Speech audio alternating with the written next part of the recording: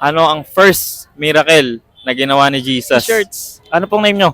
Kelly po. Kelly. Okay.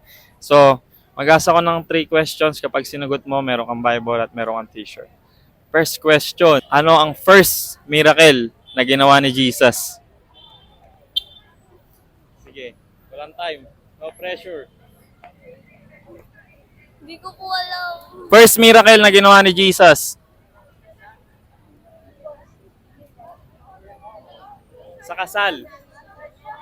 Sa kasal na ginawa.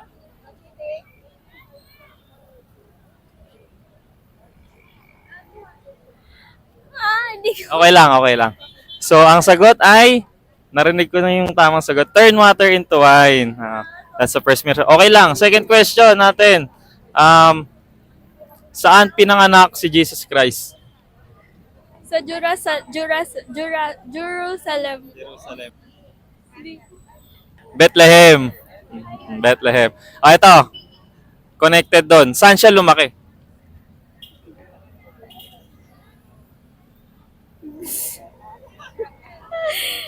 Sa Jerusalem din. Wala. Wala. Sorry po, di ko po Okay lang, alam. okay lang. Sirit na. Nazareth. Correct answer, Nazareth. Okay lang, ano sabi ko, kapag sinagot mo yung 3 question, meron kang Bible. Hindi ko naman sinabing sagutin mo ng tama. Okay? Ganun din. Yung Living Translation din. Ano size mo? Kaso wala ata akong small eh. Ang damit. Medium. Kaso kasi yung medium.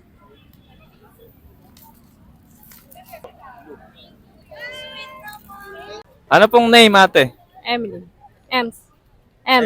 Ems, patagasan po kayo. Pampanga. Layo, ilang oras po biyahe niyo? 2 hours. 2 hours. Nagbabasa po kayo ng Bible? Nakatigil kasi nakapag-work tapos Kaya ngayon. nakapagpasa. Oo. Okay, so sige, dadalian lang natin. So I'm gonna ask 3 questions. Kapag sinagot mo to, meron kang Bible at tetelestai shirt. Okay, so first question. Sino ang nag-betray kay Jesus Christ? Ano lang. Nawawala ako. Okay lang, isipin mo lang. Ano kasi... Yung tirakulo, yung tatlong... Yung nag-traitor po sa kanya.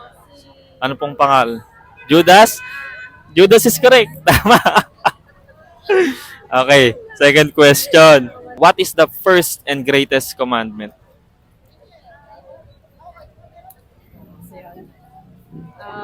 Sinabi siya ni Jesus Christ.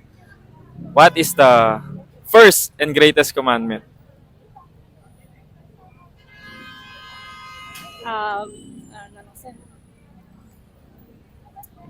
May sinabi si Jesus sa New Testament. What is the first and greatest commandment?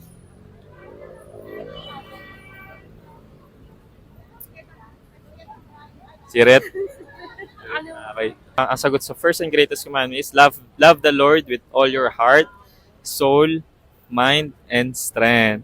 Okay. Ito yung last question na. Okay lang po yan. Okay lang po yan. Okay, so Old Testament po.